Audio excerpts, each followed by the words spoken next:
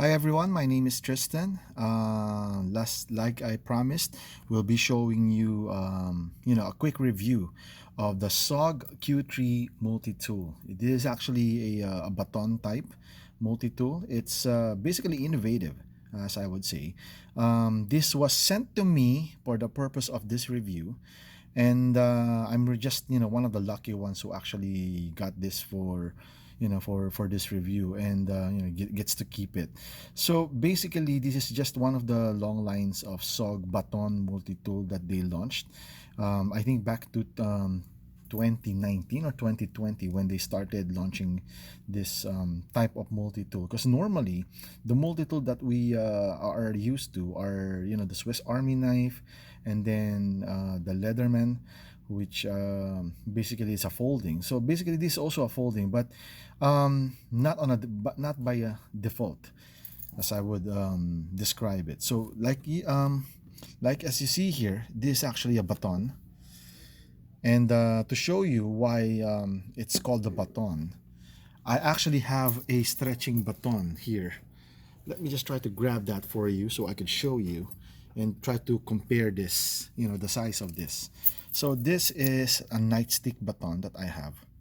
If I just put it right there, as you can see, it's almost, you know, it's almost the same when it comes to the length. But the thing is, this is actually a baton. It has a glass breaker, as I've showed in my previous video concerning impact weapons. So all you have to do is unlock it like that, and then you just push this. There you go. So it's actually a solid baton. Now, because SOG, let's just put this away, because SOG basically designed the default of their multi-tool. It's actually a 13-in-1 multi-tool, on a lengthwise folding. So basically, they called it a baton. I'm just not sure if I could use this as a baton or a self-defense weapon, but if I really want to, I think I can do it. But let's, for the interest of time, like I said, I want to keep this video short. I'm just gonna show you how it works. So basically, we have the SOG name here engraved on the clip, which is very nice. It sits very well in your pocket when you're wearing jeans. Now, the main tool of this is actually the pliers. Let me just, there you go. And then it exposed the pliers. There you go. So we got the standard pliers there, and then you have a wire cutter. It actually feels very beefy inside your hands, and the tool really looks so sturdy. So there.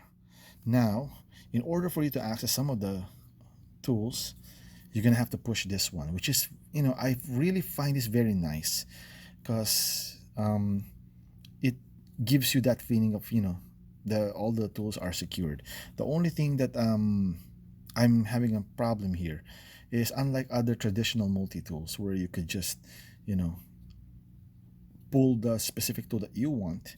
In this case, the moment you push this and pull this, you will always be able to pull an extra tool that you're prior to the one you intended to use. For example, if I wanted to pull the knife, I would normally be able to pull the file at the same time. So let's try to identify the tools that we have here. Okay, so we have the can opener and a small bit.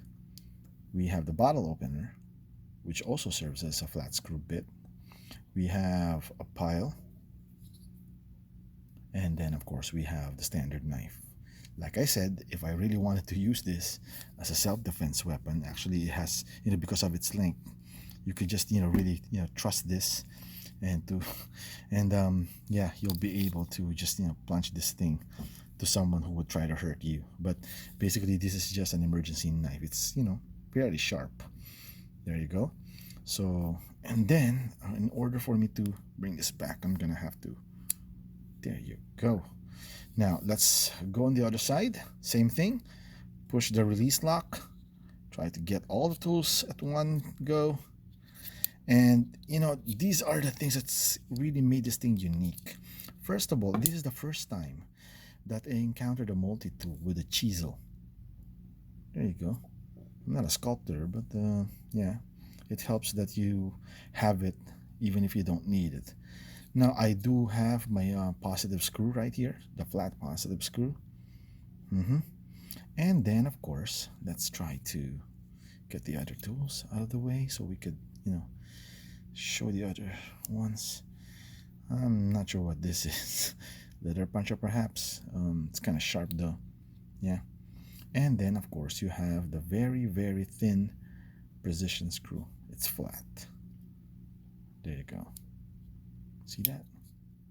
I love the way it's angled, so you would be able to just, you know, um, tighten any loose screws that you might have that you always use every day, like the one in your eyeglass or something.